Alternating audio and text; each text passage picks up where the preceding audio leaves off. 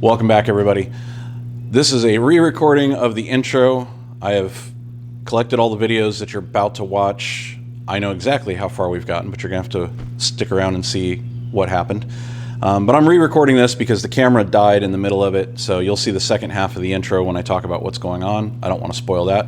But the plan for this was to try and get the parts prep done, or at least as much of it done as I could before I leave here for Japan on Thursday, because I'm going to be gone for a week, maybe two, hopefully just a week. I don't want to spoil it. I made it most of the way. Still a good ways to go. Lots and lots of part prep. I didn't record absolutely everything. There's some highlights. There's some things that go wrong.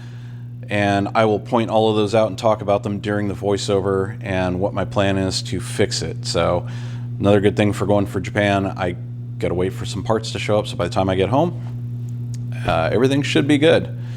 Anyhow, the next part of this will be intro me showing you one of the screw-ups, and we'll talk about the plan. Stick around, and I will see you all later.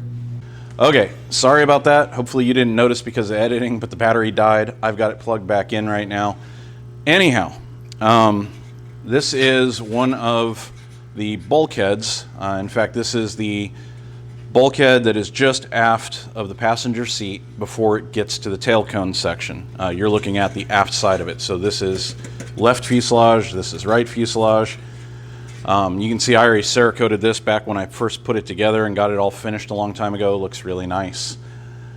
When you're putting the fuselage together, you have this piece in, you final drill a bunch of the seat pan stuff that goes here and the side skins and stuff like that. Then there are notches, there's metal that comes attached to these ends over here that you have to cut out and then smooth out. I don't know why they don't make you do that to begin with.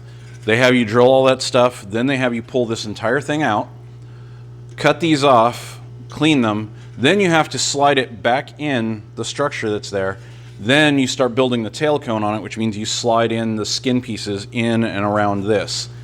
At some point, when I put this back in, this end shifted and I didn't catch it right away. And there's so many layers in here, it was impossible to see until I took it out and started cleaning it. But as you can see, I have a nice row of double holes on this piece, going almost all the way to the top in certain places.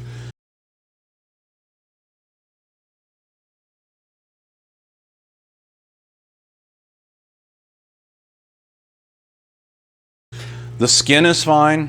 All the substructure stuff is fine. The other side is all, the other side is all fine. So it's just the one side. This comes in two pieces. So my plan, I have already ordered this piece from Vans. Let me go put this back over here. It is on its way. I am going to replace that one side.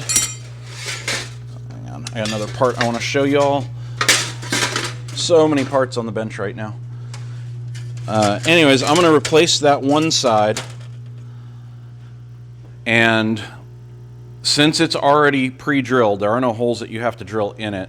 I'm going to final drill the holes to the size they're supposed to be, and then any tweaking that has to be done, I'm going to try and do it when I go back for final assembly. It's only one part on one side. I don't think it's going to throw the whole structure off since everything else is all final drilled in place. I'm hoping I can get away with just replacing it and have it go back in and be good with like it never happened. We'll see how that works out. Not going to know that until we go back for assembly. So anyhow, that's coming. Since I had to place an order from Vans, even though they previously okayed me to use these spacers, I accidentally countersunk. They're only $9 each, so I ordered two more of these, and I'm just going to replace them with ones that have not been countersunk. I'll just match them up, match drill them, and I'll have two more of those as well. So that gets us up to date with where we're at. Up next, like I said, a whole bunch of dimpling, so I'll record some of that. I'm not going to record every last bit of it because, again, I don't think anybody really wants to see all of that, but we'll get some dimpling done, we'll get some parts prep done. That way I can at least get an update video out to you all before I go to Japan, and hopefully in a few weeks when I come back, it'll be time to put stuff back together and start riveting it for good. That'll be fun. Anyhow, you know the routine. Stick around. VoiceOver Tim will get you caught up on what does or does not actually happen in the next week, and I will see you all later. All right, welcome to the voiceover part. So those 2 steps right above my finger, deceptively simple. Deburr all match drilled and final drilled holes in the substructure, and deburr all holes in the skins.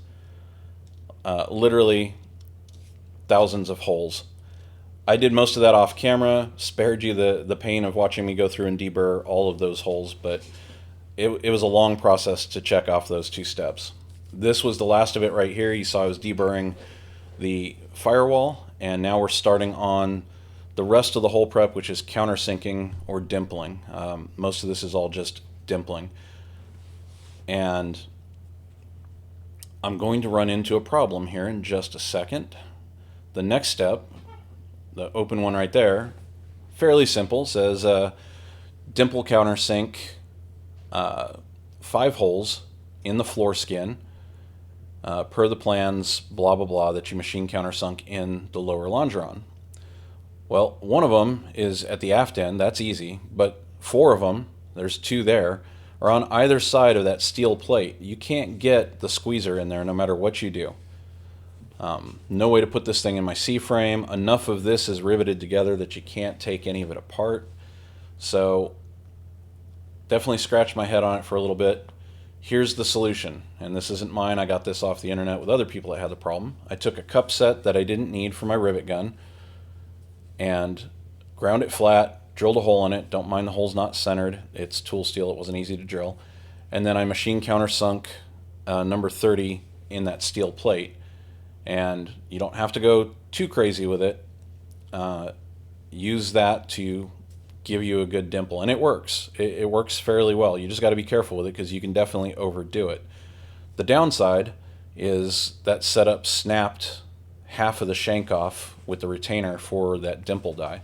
So now it's still usable. It has part of a shank on it, but it has no way to be retained, so it just falls out. I've ordered another set. It'll be here eventually. I'll just keep this set for any future use of that same setup, which you will see later on throughout this little process. Anyhow, what's on the screen right now are the armrest side panels that go in next to the mid fuselage skins. Notice that they were still clecoed together. I did that because even though there's only 5 parts, they are a real pain to get oriented the correct way, and it's very, very easy to put one of them in upside down and screw that up. So I figured the easiest thing to do is I took it out as an assembly, and I'm going to leave it together as much as I possibly can to prevent me from getting any more confused than I have to. So simple run through and countersink all of these.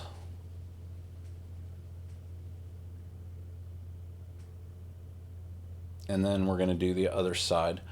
I am waiting on those parts I mentioned from Vans. They're probably going to get here either the day before or the day I leave for Japan, so I'm not going to get to fix that probably until I get back, which is fine. I did get through the rest of all of this prep. I'll tell you now, the only thing that's left is I'm at the part now where it says to dimple the remaining holes in all of the skins. That's a lot. I don't know how much of that I'm going to get through before I leave. I'm going to try and focus on getting all the rest of these substructure parts scuffed, cleaned, and possibly primed and or Cerakoted if that's what's going to happen to them. I don't know how much of it I'm going to get through between today and tomorrow, but I'm going to try. We'll see how far I get. So that's all done. Now it's on to, what do we got here? Floor structure, I believe. Oh, nope, sorry, the side skins. These are the aft side skins. There's a number 19 hole just in front of those cutouts for the clamp that holds the rudder cables in place. So those need a dimple, and then you got to dimple all the access panel stuff. And most of these steps up to this point is like all these little one-off dimpling procedures for everything before you get to that final go ahead and finish dimpling the rest of the skins. And that's still going to be a process because I need to go through and make sure I mark all of the holes on the skin for what gets dimpled, what doesn't get dimpled. Make sure I know what's a 30, what's a 40. There is a size difference. You can tell when they're like right next to each other, but if you're not paying attention, you can definitely ram a number 30 die through a number 40 hole, and now it's a number 30 hole. Don't ask how I know this, just trust me. The squeezer has no problem doing it. These are the forward side skins. This is another part where you have to pay close attention. Right now it's telling me to dimple the number 19 holes for the number 8 screws, and I've got the plans there because it's a very particular pattern. And when I've had this on the plane, for whatever reason, I didn't final size drill all of these to number 19.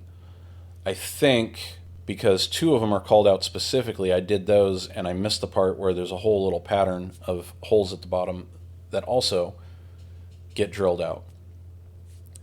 Shouldn't be an issue. I'm going to final drill them right here, and then I'm going to dimple them. And since they're getting screws and not rivets, it shouldn't be too big of a problem when it goes back together. That's the premise I'm going off of. So anyways, get those all finaled, cleaned out, and then we're going to go to the big dimple. And this dimple, you'll see here, does a fair job of kind of warping the metal a little bit when you do it. You can see a lot of waviness in there. Did the same thing when I did those on the fuel tanks. I also should have pulled the vinyl off before doing it, but I don't think it's a big deal with these big dimples. I will peel that vinyl off before I start dimpling the rest of the skins. Right now it's just a convenient way for me to remember which side's inside and which side's outside of each skin.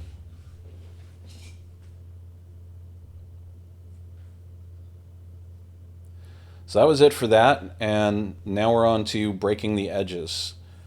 So it tells you to put a slight bend in the aft edge of those forward skins, the mid skins, the floor pan back there with the seat that you see, and then the long side skins for the tail cone. It has you do the bottom edge. So, and it's important to do those bends because they go across rivet lines. You want to do those before you dimple. I've accidentally dimpled first and then found out the hard way that, you know, those rollers don't like rolling over dimples, and it doesn't make as clean of a bend for you.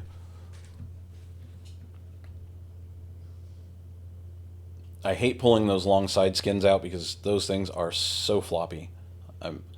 Every time I have to do it, I'm always paranoid I'm going to end up bending it and creasing it, but it hasn't happened yet, knock on wood.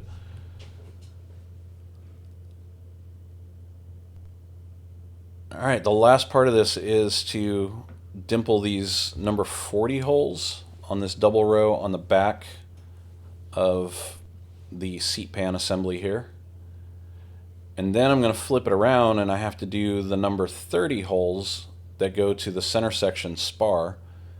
And those get a little harder. The far edge I can easily get with the squeezer, but the inside holes, I got to take it to the C-frame. There's no way to reach it.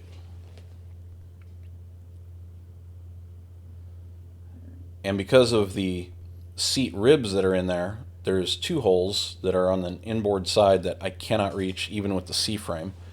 So you're going to get to see another use of that modified cup set for the rivet gun here in a minute.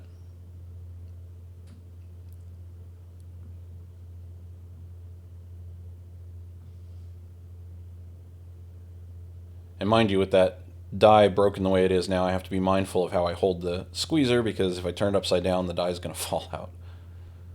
But here's the last of it.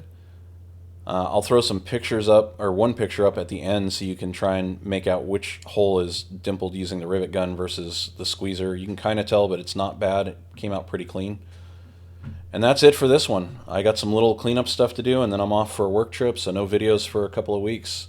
But then I will be right back at it. Thanks for watching. Thanks for all the support. Leave your comments and questions below, and I will see you all on the next one.